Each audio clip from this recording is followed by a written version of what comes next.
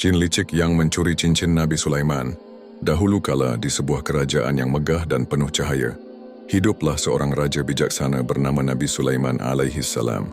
Beliau bukanlah raja biasa. Allah menganugerahinya sebuah cincin ajaib yang bersinar keemasan. Dengan cincin itu Nabi Sulaiman bisa memerintah manusia, hewan bahkan bangsa jin. Jika beliau berucap, burung-burung di langit akan turun mendengarkan. Angin akan berhembus mengikuti perintah, dan para jin pun tunduk tanpa berani membantah. Namun di antara bangsa jin ada yang dengki. Salah satunya adalah jin jahat bernama Syakhr. Sejak lama ia mengintai, berharap bisa merebut cincin itu dan duduk di singgasana Nabi Sulaiman. Suatu hari Nabi Sulaiman meletakkan cincinnya ketika hendak mandi. Tanpa disangka Syakhr yang licik menyamar menyerupai Nabi Sulaiman. Dengan cepat ia meraih cincin itu, menyematkannya di jarinya, lalu duduk di atas takhta kerajaan. "Akulah Sulaiman sekarang," teriak Syakhr dengan suara menyerupai sang Nabi. Semua orang tertipu. Mereka mengira Syakhr adalah raja mereka, sedangkan Nabi Sulaiman yang asli, tanpa cincin itu dianggap orang biasa. Beliau terusir dari istana dan berjalan tanpa tujuan. Hari-harinya dihabiskan dengan bekerja keras, bahkan pernah menjadi nelayan hanya untuk menyambung hidup.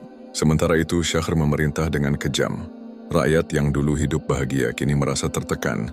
Para jin pun dipaksa melakukan hal-hal buruk. Kerajaan yang indah berubah menjadi tempat penuh keluh kesah. Namun Allah tidak membiarkan kezaliman itu terus berlangsung. Pada suatu hari, cincin ajaib itu terlepas dari tangan Syakhr dan jatuh ke laut. Seekor ikan menelannya. Atas takdir Allah, ikan itu tertangkap oleh Nabi Sulaiman ketika beliau sedang mencari nafkah.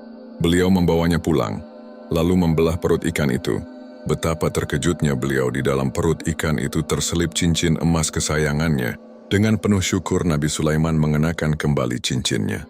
Seketika langit cerah, burung-burung beterbangan riang, angin berhembus lembut dan seluruh jin kembali sujud tunduk. Syakhr yang licik segera ditangkap.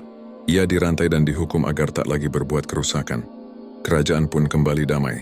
Rakyat bersorak gembira karena rajanya yang sejati telah kembali. Dan Nabi Sulaiman pun mengingatkan mereka, "Ketahuilah bukan cincin ini yang memberi kuasa. Sesungguhnya semua kekuatan hanya berasal dari Allah yang Maha Kuasa."